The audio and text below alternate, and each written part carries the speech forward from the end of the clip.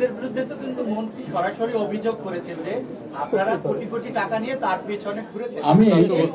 আমি আমার মনে হয় আমি এই উত্তর দিতে চাই না। মন্ত্রী সাহেবকে জিজ্ঞেস করেন যে এই প্রুফটা ওনাকে দেখান। আমি এই কোনো উত্তর দেবো মন্ত্রীকে প্রুফ করতে কথা একটা লোক আপনি আমার বিরুদ্ধে 10টা কথা বলতে পারেন না। আপনি 10টা কথা আমাকে বিরুদ্ধে বলতে পারেন। আপনাকে কেন ডাকছে ওখানে আপনার রুমে ডেকে নিয়ে গেলাম আপনি কথা বলতেছেন আমার সাথে নাকি 100 জন কথা বলতেন? আপনি যখন কথা বলেন আমাকে বলেন ভাই বা আপনাকে ডাকলাম ভাই আমার রুমে একটু আসেন, কথা আমাকে ডাকলাম, আপনি বাইরে এসে বলেন মোদিন সাহেব 1 লাখ টাকা ইচ্ছা আছে।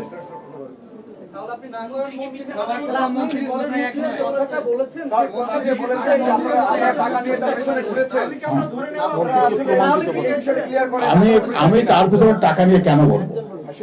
আমি কেন টাকা নিয়ে বলবো? আমার টাকা নিয়ে বলার দরকার নেই। আমার কথা হলো যে আমি তার পিছনে টাকা নিয়ে ঘুরিনি। 30 দিনের মধ্যে যেটা আপিল করার কথা, আসলে আমরা 30 দিনের মধ্যে যেটা আপিল করার কথা, আমরা আশা করতেছি আগামীকালকে আমরা একটা আবেদন করবো মন্ত্রণালয়ে। মানে আমাদের দরখাস্ত লেখা হয়েছে, আগামীকাল আমরা আবেদন করবো। এটা 30 দিনের মধ্যে যেটা করার কথা। ঠিক আছে, এটার উত্তরেই বলছে ডাক্তারদের ব্যবহার ভালো কিন্তু নার্স সাহেবের ব্যবহার খারাপ। এটা বাংলাদেশের সমস্যা, এটা নট অনলি আদিন সমস্যা। আমি বিশেষ করে ব্যক্তিগতভাবে যতদিন ডাক্তার একদম ছোট ডাক্তার ছিলাম তখন থেকে আমি এই জিনিসটা ডেভেলপ করার চেষ্টা করতেছি। ব্যক্তিগতভাবে খুব কাজ করেছি এবং এই কাজ করে আমি নার্সদের, আমার হাসপাতালে নার্সদের অনেক ডেভেলপ করছিলাম।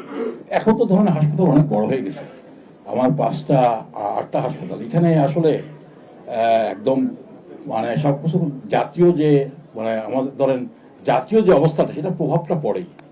এটা 100% এটাকে তো রিমুভ করা যায় না। এটা সব জায়গায় এই নার্স ইভেন ডাক্তারদের ব্যবহার যে খারাপ না সব জায়গায় ক্ষেত্রে, এটা আমি বলবো না। তবে একটা ভালো কথা বলি, এই লাইসেন্স বাতিল করে একটা ভালো কথা বলি সেটা আপনাদের, যে এখন আমার নার্সদেরকে ট্রেনিং দিচ্ছি, ডাক্তারদের ট্রেনিং দিচ্ছি, এই কাজটা এখন করতেছি। কথা বুঝছেন না? সরকার আশ্বাস দিক আর তাদের হাসপাতাল পরিবর্তনের জন্য এই কাজটা আমাদের করতেই হবে। এটা আমাদের চলমান কাজ না। আগে মনে হয়নি এটা বলবো না, আমরা এটা কিছু জায়গায় আমরা কাজটা শুরু করেছিলাম।